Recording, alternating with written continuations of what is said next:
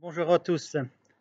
Le comité de direction et les administrateurs souhaitent vous remercier pour votre implication. Les mots du président étaient très forts lors du dernier conseil d'administration de la FDSOA où nous étions en visioconférence avec 50 administrateurs. Il a exprimé tout simplement sa fierté d'appartenir à ce groupe et vous a remercié publiquement pour toute l'implication et l'énergie que vous donnez, les services, les fonctions de support, l'ensemble des collaborateurs. Notre groupe fonctionne à plein régime et vous mettez tout en œuvre pour apporter de nouvelles façons de travailler, tant au niveau interne, intra-service, mais également à destination de nos adhérents et nos clients. Bravo. Notre groupe, comme je vous l'avais dit lors de la journée du personnel, est résilient. Il a la chance d'être diversifié et c'est aussi une force qui va nous permettre d'affronter cette crise en mettant forcément tous les collaborateurs en avant. Vous remarquerez qu'il y a très peu de personnes qui sont en chômage partiel puisque nous faisons le choix d'impliquer l'ensemble des collaborateurs et de créer des solidarités entre l'ensemble des services.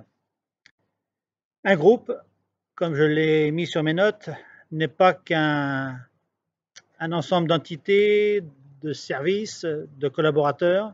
Un groupe, c'est aussi 13 000 adhérents et clients chez nous.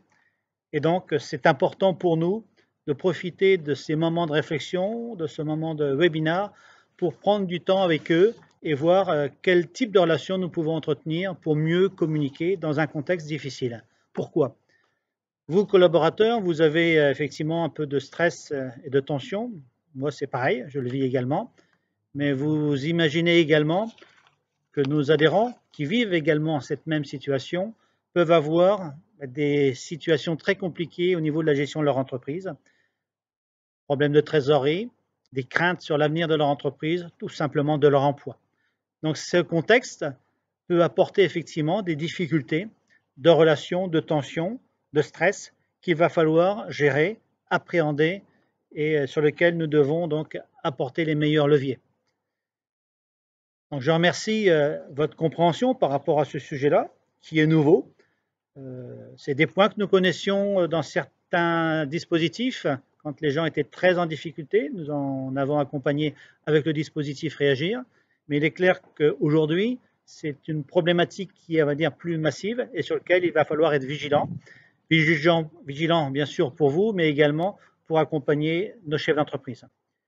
Une entreprise qui a des ADN comme le nôtre, vous rappelez les valeurs qui sont inscrites dans nos supports web, supports print et qui sont portés par vous tous, des valeurs de proximité, de solidarité, d'efficacité, de proximité.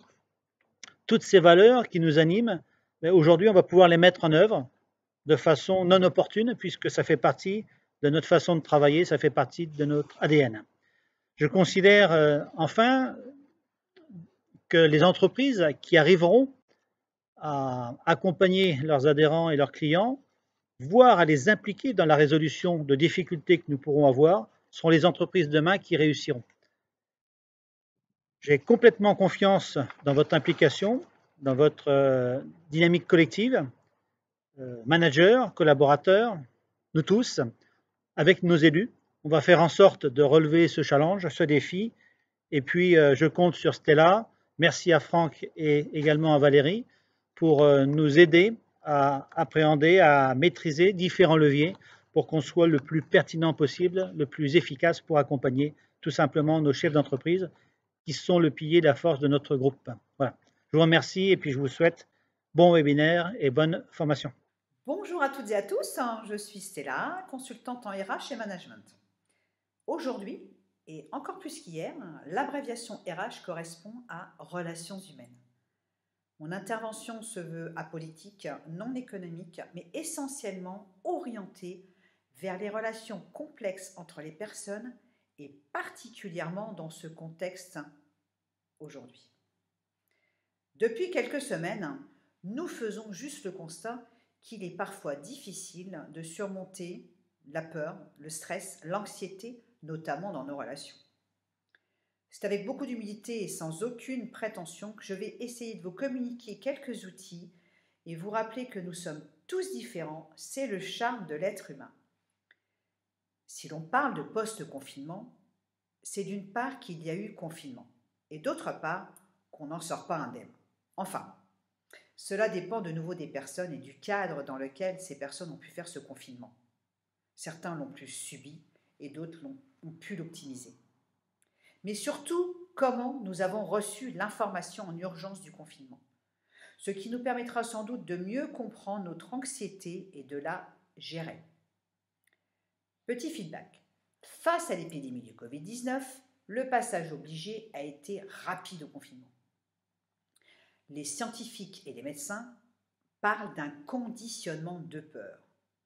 En effet, auparavant, nous avions l'habitude de côtoyer à moins de 2 mètres des dizaines et des dizaines de personnes par jour, sans avoir peur de ces interactions sociales. Rapidement, les gouvernements ont déclaré l'urgence sanitaire face à la pandémie en nous répétant que si on s'approchait trop près des autres personnes, on augmentait la probabilité d'attraper ce virus qui peut être mortel. Pour résumer, confinement est apparenté à conditionnement de peur. Chez beaucoup d'entre nous, une seule exposition à cette information a suffi pour instaurer une anxiété très importante face au contact humain. Ainsi, un contexte auparavant n'était associé à aucun sentiment de crainte est devenu pour bien des personnes un indicateur de danger et donc un contexte très stressant, notamment pour le déconfinement. Comme je le disais précédemment, le confinement a été très stressant, sans parler de la rupture sociale physique. Il est évident que c'est l'élément qui nous manque le plus, et pourtant, c'est celui qui nous fait le plus peur aujourd'hui. Il y a de très grandes différences individuelles dans la résistance au stress.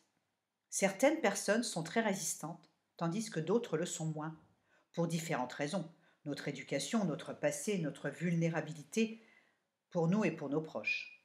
Il est à prévoir que les personnes qui ont une moins forte résistance au stress exigeront davantage d'informations sur la sécurité liée au déconfinement. A l'inverse, les personnes très résistantes s'impatientent de voir toutes les étapes qu'il faut suivre avant de se déconfiner complètement dans les starting blocks, prêtes à retourner travailler. La deuxième raison qui peut expliquer un recul face au déconfinement est liée au conditionnement de peur. Bien que les recherches aient montré que l'on peut généralement apprendre la peur en une seule exposition, il est de loin plus difficile et plus long d'apprendre à ne plus avoir peur. On aura donc compris ici que sur le plan du stress, un déconfinement progressif sera de loin préférable à un déconfinement trop rapide, et vos directions, me semble-t-il, vont dans ce sens, en privilégiant la santé de ses collaborateurs, mais ne l'oublions pas, à ce jour et grâce à vous tous, la santé financière de l'entreprise est conservée. Ce qui est loin d'être une généralité en France et dans le monde, est quand même un très grand stress en moins. Il est donc essentiel, lors du déconfinement, d'être compréhensif face au comportement des gens autour de nous. Cela ne servira strictement à rien de juger une personne sur sa peur de sortir ou sur sa rapidité à passer le pas de sa porte. Comme je l'ai dit à plusieurs reprises, il existe d'énormes différences individuelles dans la réactivité au stress, et c'est ce qui fait la beauté de la nature humaine. En effet, ce sera en observant les personnes sortir de leur maison sans effet négatif que les personnes à plus faible résistance au stress apprendront doucement à cesser d'avoir peur. Et rappelons-nous qu'on n'avance pas dans le jugement, il est légitime d'avoir des craintes et il n'y a pas de personnes plus faibles parce qu'elles ont peur ou plus fortes parce qu'elles ne craignent pas le contact protégé. J'ai vécu ce conditionnement de peur. Et en fait, je me suis demandé, mais comment font les blouses blanches ? Demain, nous ne partons pas, comme les blouses blanches, affronter le Covid-19 dans les services. Nous devons uniquement prendre juste une distance de sécurité, mettre un masque et se nettoyer les mains fréquemment. Le contexte du 11 mai, ce n'est pas le même que le 16 mars, et j'espère sincèrement que tout le monde pourra ressortir avec tous les gestes barrières réunis. Pas tous en même temps, avec quelques craintes, mais c'est normal, il faut éviter pour gagner. Le post-confinement. Effectivement. Le post-confinement va générer sans doute des complications relationnelles. Alors, afin d'illustrer et d'essayer de comprendre comment se comporter avec telle ou telle personne, je vous propose de vous présenter juste quelques slides sur les comportements différents de l'être humain. Et il ne faudra surtout pas oublier que l'on ne change pas les gens, on ne peut pas changer l'individu. Par contre, nous pouvons nous adapter à des situations, et notamment dans le contexte que l'on vit aujourd'hui. L'outil de communication retenu est l'analyse transactionnelle. En fait, on peut voir 3 plots bleus. Le premier correspondant aux parents, le deuxième à l'adulte et le troisième à l'enfant. Le parent normatif. Le parent normatif, c'est plutôt le parent persécuteur, plutôt le donneur de leçons. Celui qui dit systématiquement « t'aurais dû faire ci, t'aurais dû faire comme ça, t'aurais pas dû faire comme ci », le yaka faucon. Le deuxième parent est le parent nourricier, très très protecteur, voire surprotecteur, qui peut être même étouffant. La deuxième typologie, donc, c'est l'adulte. C'est là-dedans, dans ce registre-là, dans cette transaction qu'il nous faudra rester, sur de l'adulte. Pas trop d'affect, suffisamment mais pas trop non plus, face à d'autres comportements. En dernier point, nous avons l'enfant. L'enfant, il va être dissocié en 3 personnes, sans être schizophrène bien sûr. L'enfant libre, l'enfant spontané, l'enfant joyeux, l'enfant jovial, l'enfant convivial.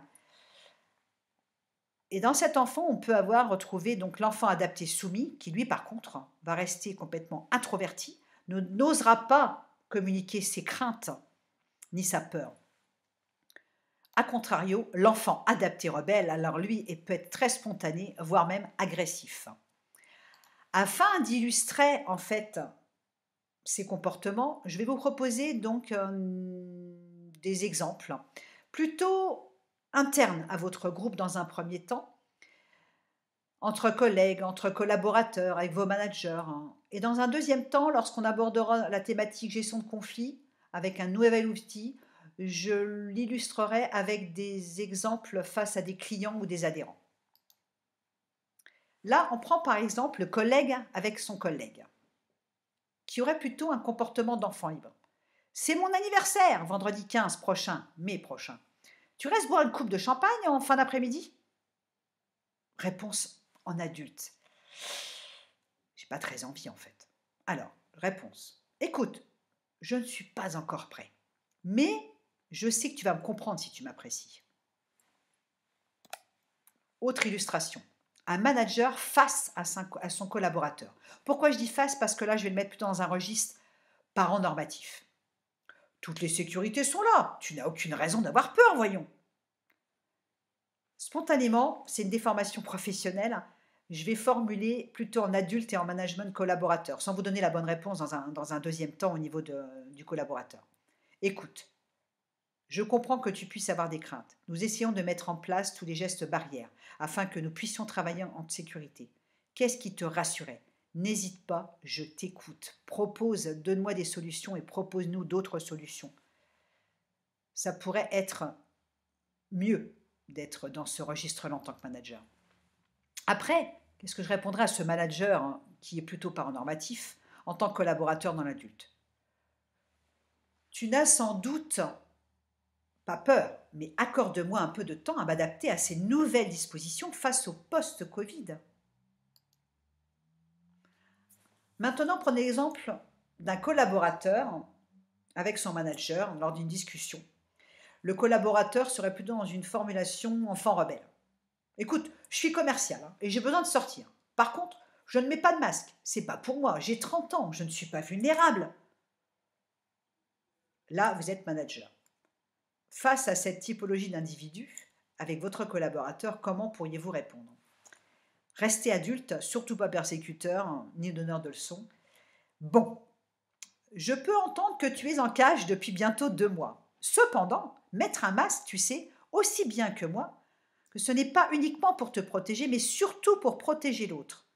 Là, en l'occurrence, notre client. Cela fait partie des préconisations de l'entreprise et de la sécurité. Qu'en penses-tu? Maintenant, je vais vous proposer un autre outil par rapport à la gestion des conflits. Et on est d'accord qu'aujourd'hui, le stress va générer beaucoup de conflits. Il faut juste être paré. On va utiliser la communication assertive, l'assertivité en fait. On va imaginer un adhérent. Alors, ça y est, vous venez demain pour faire ma déclaration fiscale? Vous allez enfin retravailler? Toujours avoir à l'esprit, au demeurant, que ce n'est pas la généralité des comportements, car eux aussi sont confinés et peuvent être frileux de recevoir un étranger dans leurs entreprises. La communication assertive, ça serait quoi? Il faudrait la formuler en 4 étapes. Il faut la formuler en 4 étapes. C'est un process. Si vous oubliez une étape, ça ne fonctionne pas. Donc en fait, quand vous exposez la situation qui provoque une telle réaction, je dis mon ressenti, ma réaction, parce que j'explique le motif qui génère de tels sentiments, je garde le dialogue ouvert. En cas de problème, je propose une solution qui reste à discuter pour mieux régler la situation. Sinon, je suis autocrate et donc agressif. Ce qui pourrait nous donner, en formulation, cette proposition. Lorsque vous me demandez si je peux venir chez vous demain afin de réaliser votre déclaration fiscale, vous plantez le décor. Je suis désolée. Vous expliquez votre sentiment. Car demain, je dois continuer à travailler sur un autre dossier. Par contre, solution, étant donné le contexte Covid, nous avons un protocole afin de travailler au mieux auprès de nos adhérents. Je vous envoie par mail la liste des documents et justificatifs indispensables dans un premier temps. Et quand vous aurez terminé de préparer vos documents pour la déclaration, surtout, n'hésitez pas à revenir vers moi afin que l'on puisse fixer une date la semaine suivante. Est-ce que cela pourrait vous convenir comme ça? On va pouvoir donc s'apercevoir qu'il va être un peu plus difficile sans doute de communiquer, mais qu'il va être indispensable aujourd'hui d'utiliser des outils de communication tels l'instruction actionnelle ou la communication assertive. N'hésitez pas à vous adapter ou à anticiper les réactions que pourraient avoir aujourd'hui vos clients, vos adhérents. Elles sont multiples. Alors, des adhérents, mais aussi de votre réaction, ce qui va être important parce que on ne va pas partir avec un bandeau en se disant on va déjà partir avec un masque, mais on ne va pas partir avec un bandeau en se disant on ne va pas anticiper. C'est pas possible. La spontanéité, sauf le meilleur des commerciales, et encore, je dirais c'est pas toujours évident et c'est pas gagné à tout le monde. Il est donc légitime d'avoir ses craintes face à cette pandémie. Par contre, nous sommes des adultes responsables. Il est indispensable de se protéger, physiquement, avec les gestes barrières, pour soi et les autres, mais aussi de se protéger psychologiquement. Les médias sont très anxiogènes d'une part, et la pensée positive est indispensable, tout en conservant une touche de réalisme. Je ne préconise pas un excès d'optimisme, car cela n'arrive pas qu'aux autres, mais cela permet de relativiser.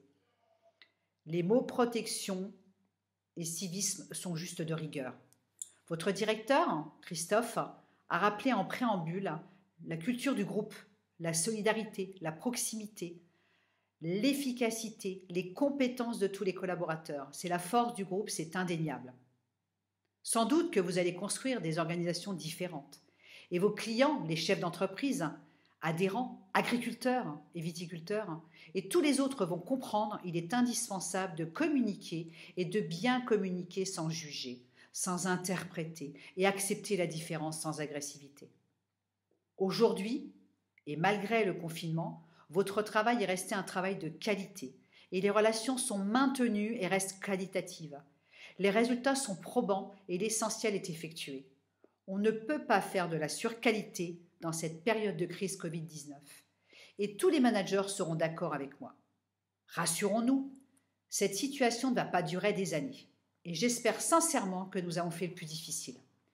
Surtout, ne rajoutons pas de stress au stress. Il y a suffisamment d'entreprises autour de nous qui sont passées au chômage et peut-être certains ne retrouveront pas leurs emplois. Et d'autres devront fermer leurs entreprises. Si vous avez des questions, après cette intervention, vous pourrez les poser à l'adresse mail que vous avez pu apercevoir en bas à gauche des slides précédemment, de confinement@fdsea51.fr.